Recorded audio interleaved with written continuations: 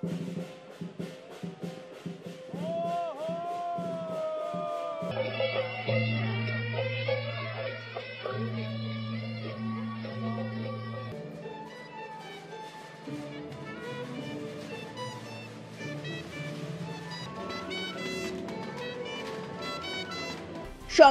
জাপানের রিয়োকোহামা শহরে চীনা নববর্ষ উদযাপন করা হলো। চীনা নববর্ষ উপলক্ষে একটি অনুষ্ঠানের আয়োজন করা হয়েছিল ইয়োকোহামা শহরে। অনুষ্ঠানটির অত্যাশ্চর্য পরিবেশনা ছিল নজরকাড়া। এই অনুষ্ঠানে লণ্ঠনের ব্যবহারও দেখা গিয়েছে।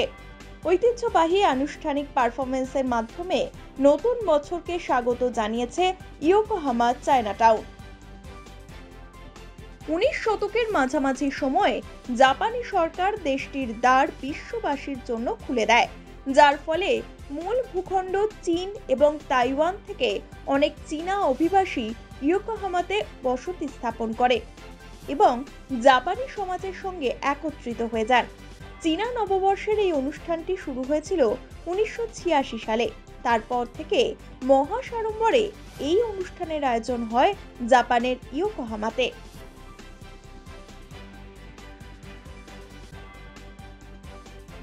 It's really good to see another culture and the way different colors, different dances. So it's really exciting and thrilling to see that.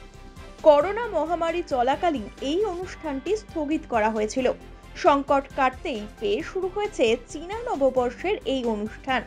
চীনা নববর্ষের এই অনুষ্ঠানে অংশ নেওয়া স্বেচ্ছাসেবকরা বিভিন্ন মুখোশ পরে প্রসেশন করেন। শুধু তাই নয়, নৃত্য পরিবেশনের মাধ্যমেও এই নববর্ষ উদযাপন করা হয় ইয়োকোহামাতে। এই চীনা নববর্ষ উপলক্ষে আয়োজিত শোভাযাত্রা দেখে খুশি এই অনুষ্ঠানে আগত চীনবাসীরাও।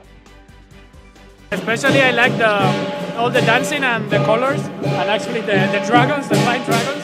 That was very impressive. Very nice.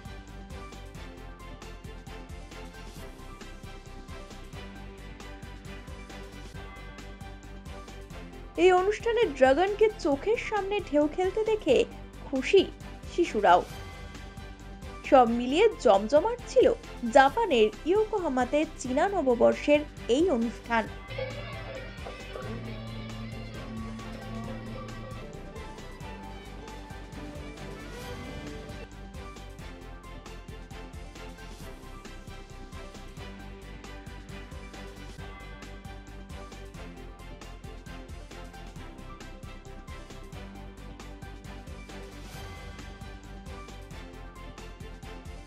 Bureau Report, One India Bangla।